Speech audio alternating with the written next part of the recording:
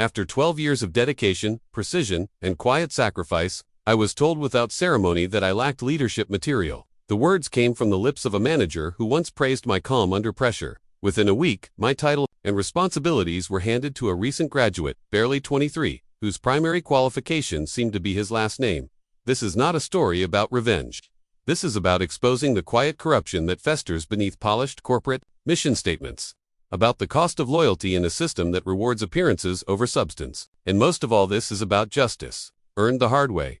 You don't see betrayal coming when it arrives in the language of politeness.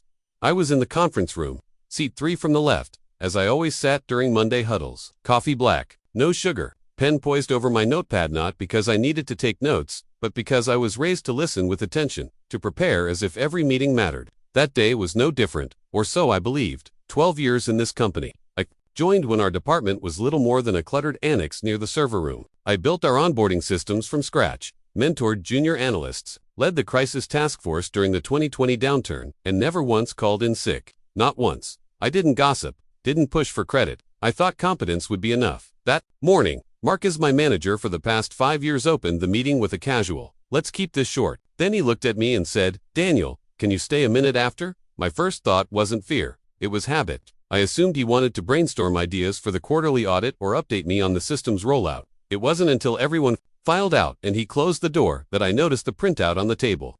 Face, dash down dot. He didn't sit. "You've been solid," he began, as if he were handing me a participation trophy. "Really, but we're pivoting our strategy, and while we're looking for leadership that aligns with a more modern, agile direction." I didn't speak. I knew better. You never interrupt a man rehearsing his conscience. He continued, "This isn't personal, it's just that we need fresh energy, someone with a sharper edge." And then came the sentence that would echo in my head for weeks. "You're not really leadership material, Daniel." I think I blinked once. That was all. He slid the paper toward me.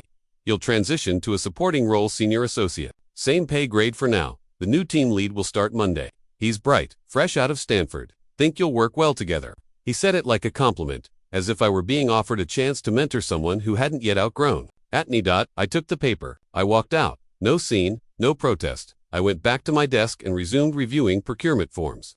My body obeyed, but inside, something precise had fractured.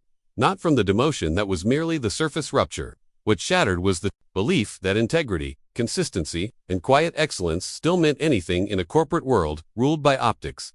Later that week, I met the fresh energy. His name was Caleb, 23, smug in a Patagonia vest. He addressed me as buddy and asked if I could bring him up to speed. I showed him the systems I'd written, the flowcharts I'd authored, and he nodded with the detached curiosity of someone observing a museum exhibit. That night, I stayed late, not to catch up on work, but to think. For the first time in years, I let my mind step outside the polite corporate parameters I'd obeyed so faithfully. This wasn't just a bad decision. It was a pattern. Marcus hadn't chosen leadership. He'd chosen compliance. A young, malleable face who wouldn't question directives, who would look good in slide decks and wouldn't notice when ethics were bent for efficiency. And that's when I knew I wasn't demoted for being weak. I was sidelined for being inconvenient. They'd mistaken my silence for absence. They were about to learn the difference. The first few days after Caleb arrived were a study in contradictions. Outwardly, the office buzzed with the usual rhythm, meetings, deadlines, but underneath, something was shifting. I watched Caleb closely, as if studying a specimen whose surface beauty masked something fragile. He spoke with the ease of someone who hadn't earned his place, but was convinced it belonged to him by right. Every word felt rehearsed, every gesture calculated. Marcus was already giving Caleb tasks that used to be mine: presentations to clients, strategy sessions, even mentoring opportunities with junior staff. The irony was sharp. I was expected to support someone who lacked the foundational understanding I had built over more than a decade, but no one asked, no one noticed.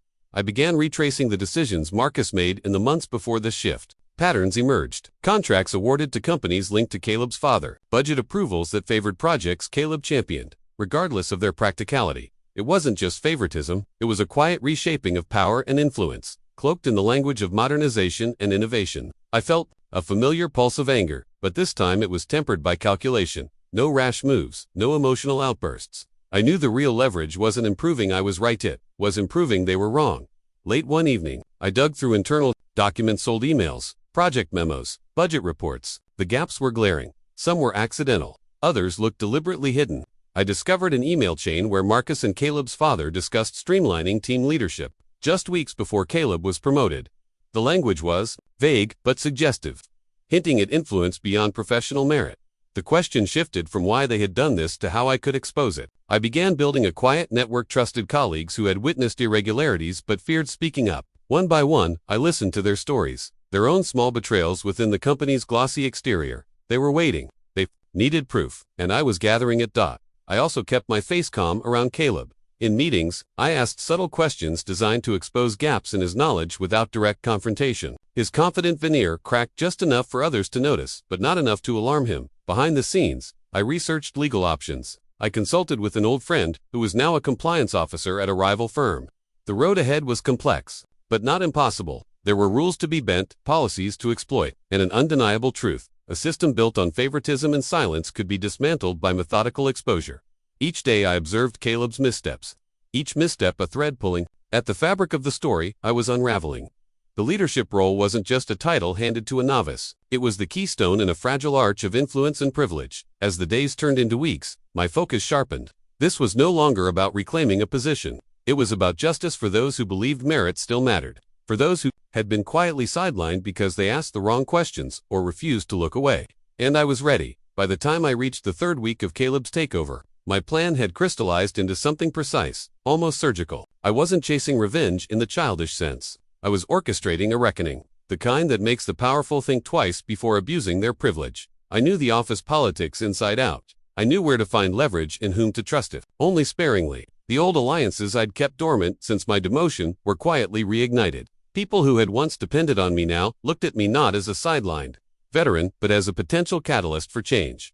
The first step was documentation. Everything. Emails, contracts, budget revisions, even casual comments in meeting minutes. I created a secure, offline archive meticulously indexed and timestamped. This was my evidence, my arsenal. But data alone wouldn't be enough. The story needed witnesses, voices that could corroborate the pattern of manipulation. I met discreetly with colleagues who'd been edged out or overlooked, like I had. Some were cautious, others visibly bitter, but all shared one frustration: a system that rewarded connections over competence, appearances over substance. We crafted narratives carefully, knowing any overt challenge could backfire.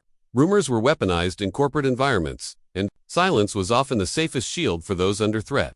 I urged caution, precision. This wasn't about making noise, it was about building a case no one could ignore. Meanwhile, Caleb continued to stumble. His inexperience showed in flawed presentations, overlooked deadlines, and a growing impatience that spilled into meetings. Some junior staff, once charmed by his youthful bravado, began voicing doubts behind closed doors. I kept track of these informal reports, piecing together a mosaic of incompetence that contradicted the image Marcus and the executives wanted to sell. Then came a breakthrough. An internal audit uncovered discrepancies in project expenditures linked to Caleb's team. It wasn't a coincidence. I recognized it as the opening I needed. The company's compliance department couldn't ignore financial irregularities without risking legal exposure. Using contacts from my network, I ensured the auditors received a detailed report highlighting the inconsistencies. The report was factual, devoid of emotion or accusation, just cold, undeniable numbers. At the same time, I began drafting my own formal complaint, framed around breaches of company policy and conflicts of interest.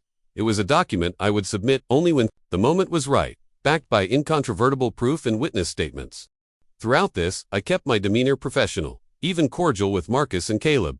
The quiet calm was a masque I wore to avoid suspicion and maintain access to information. The more they underestimated me, the better. Every late night spent gathering evidence, every whispered conversation, was part of a deliberate game, a game where patience was the most potent weapon. I wasn't just fighting for a title. I was fighting for the principle that merit and integrity still have a place in a world increasingly driven by favoritism and spectacle. And soon, the reckoning would begin.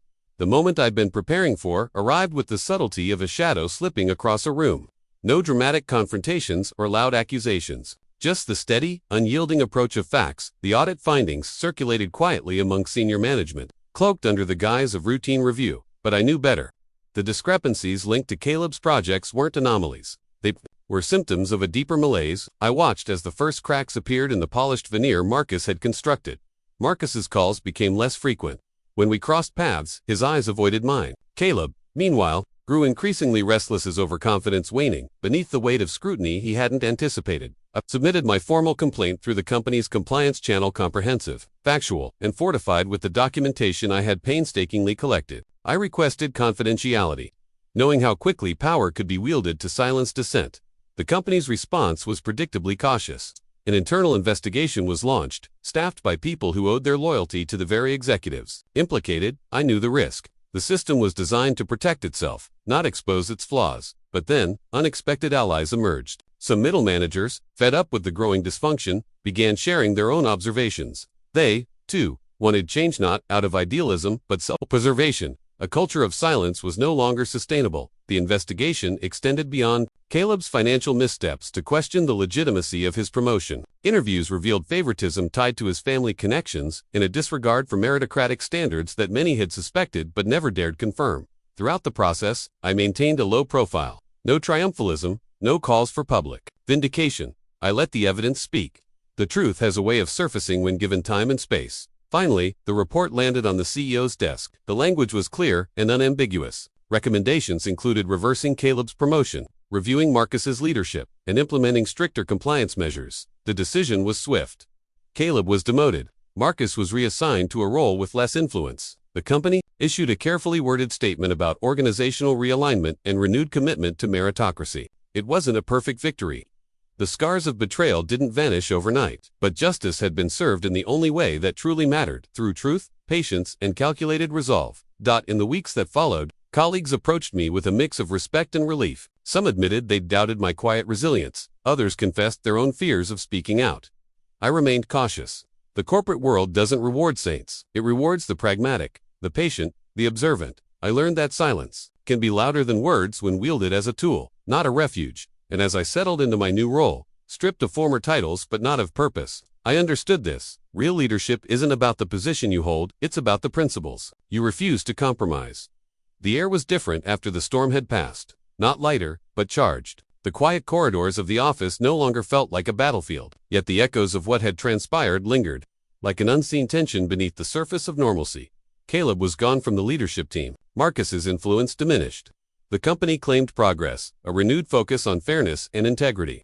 Yet, I knew better than to expect a perfect reset. Corporations are living organisms, they adapt, evolve, and sometimes mutate to preserve themselves. I returned to my work with a tempered sense of purpose. No longer was I striving for recognition or titles. Instead, I committed to protecting the fragile truth I had fought to reveal.